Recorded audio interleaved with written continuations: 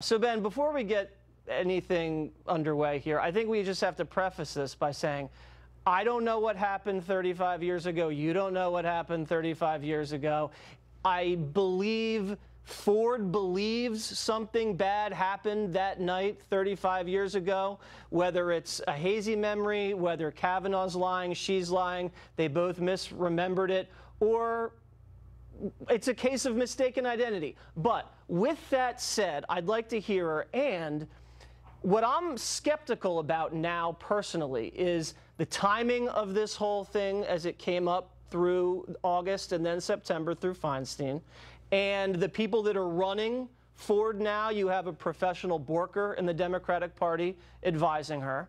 And just the way the Democrats have played this, what say you? Well, I mean, obviously, one of the questions of credibility goes to the way that this has been handled, not just because there's no other evidence. I mean, there are no other accounts of this event happening. There's no contemporaneous account of her telling anybody at the time. There's nobody else who's made a similar accusation. Right. There's no time. There's no place. We're missing a bunch of information. But what that would suggest is that the only evidence they actually have is this woman's testimony. Well, then she should be pretty eager to testify about this, presumably under oath. And yet Democrats have been doing their damnedest to ensure that she doesn't testify under oath. They've been setting up poison pill conditions for a hearing that just cannot stand, like that Kavanaugh's supposed to testify before she does. In what situation has a defendant ever testified before a plaintiff? It doesn't work that way. You can't respond to an allegation unless the allegation's actually been made. Beyond that, Dianne Feinstein obviously kept this hidden for weeks. If she actually wanted it investigated, then she should have tried to initiate an investigation or asked for one weeks before this happened. She didn't ask Brett Kavanaugh about it one time during all the written testimony, during all the oral testimony, during private meetings. Yep. At no time did she raise this issue.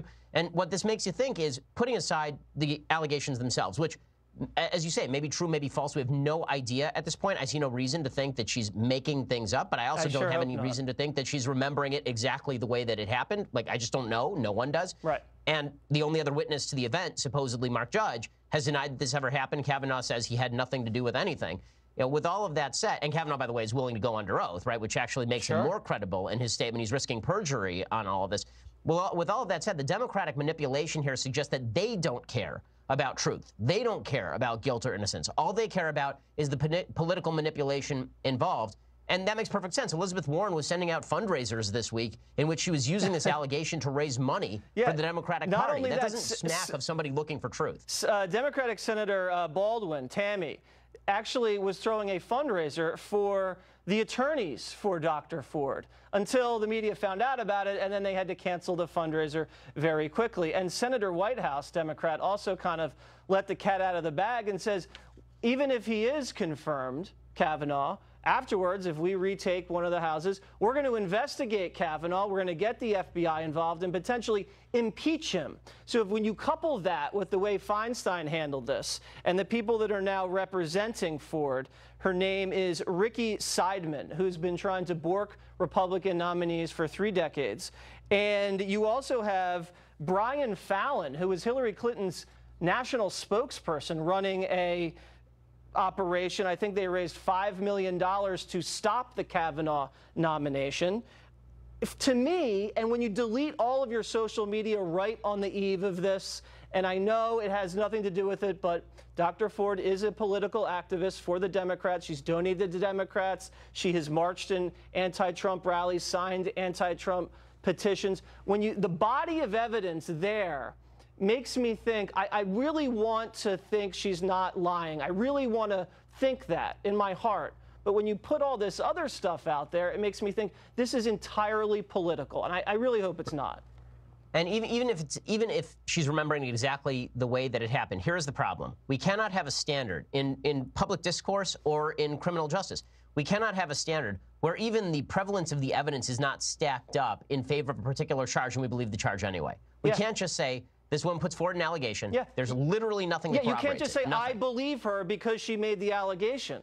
You can say, I hear her, but why just believe anything anybody tells you? Why? Because she's a woman and we're in the Me Too movement? I understand the Me Too movement. I get that's an important moment in our history, and I agree with it.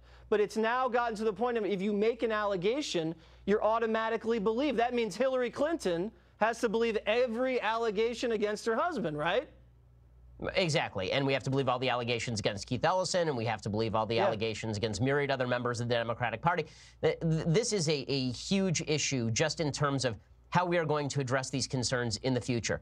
If the allegation itself is sufficient to take down a nominee, then there cannot be any more nominees. Right. There just can't. I mean, we're not going to have any more nominees on either side of the aisle because there's just too much. There's too much at stake to simply suggest that an allegation is proof of itself. That's not how this works. All right, so you have the special election, midterm special coming up. I believe it's 8 p.m. Eastern, 5 p.m. Pacific time. That's right in between both football games, so that's the perfect time for everybody to, you know, click over and watch. Ben, what are you going to be talking about this Sunday? Well, we're going to talk a lot about Kavanaugh. We're going to be having on Scott Rasmussen to analyze the polls. We'll have a panel, and we'll really be breaking down the election impact of what Democrats are trying to do, because the truth is this whole Kavanaugh sham from the Democrats, the allegations may not be a sham, but the way the Democrats have treated it is a sham.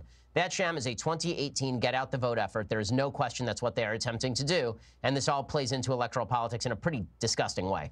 All right, Ben, thank you very much. We'll be tuning in on Sunday. Thanks a lot. And speaking of the midterms, we have midterms coming up.